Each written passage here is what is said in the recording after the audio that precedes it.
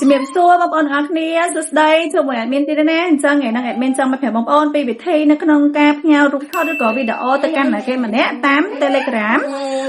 ឲ្យនៅរក្សាគុណភាពច្បាស់កុំឲ្យបែករូបភាពឬក៏វីដេអូហ្នឹងអញ្ចឹងណាអញ្ចឹងតោះឥឡូវមកមើលពីវីដេអូ admin ទាំងអស់គ្នាអញ្ចឹងដើម្បីផ្ញើរូបភាពឬក៏វីដេអូតាម Telegram កុំឲ្យបែកវិធីនៅក្នុងការផ្ញើតើបងប្អូនចូលមកក្នុងកម្មវិធី Telegram សិនណាតបមកបងប្អូនចង់ផ្ញើរូបទៅណាគេបងប្អូនចុចចូលទៅឈ្មោះអ្នកនឹងទៅ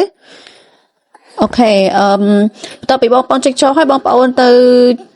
ចុចជាមួយនឹងសញ្ញានៅខាងឆ្វេងនេះណាកន្លែងហ្នឹងចុចដើម្បីផ្ញើរូបភាពអញ្ចឹងបន្ទាប់ពីចុចហើយបងប្អូនចង់ផ្ញើរូបភាពឬវីដេអូដែរគ្រាន់ select លើហ្នឹងហើយបងប្អូនទៅចុចកន្លែងត្រី3នៅខាងចុងនេះមកហើយចុចពាក្យ send as file បងប្អូននៅខាងលើនេះបន្ទាប់មកបងប្អូនធ្វើការរងចាំឲ្យវាដែរឲ្យអស់ទៅព្រោះឯការផ្ញើជា file បែបហ្នឹងគឺវាជួយរក្សា quality គុណភាពរបស់យើងកុំឲ្យរូបថតឬក៏វីដេអូរបស់យើងវាបែកអញ្ចឹងណាបងប្អូនហ្នឹងហើយអញ្ចឹងយើងសាកមកមើលទាំងអស់គ្នានេះបងប្អូនឃើញអត់រូបយើងគឺវានៅច្បាស់ល្អអញ្ចឹងណាអញ្ចឹងមានតែប៉ុណ្្នឹងហើយបងប្អូនទាំងអស់គ្នាកុំភ្លេចសាកល្បងធ្វើអរគុណបាយបាយ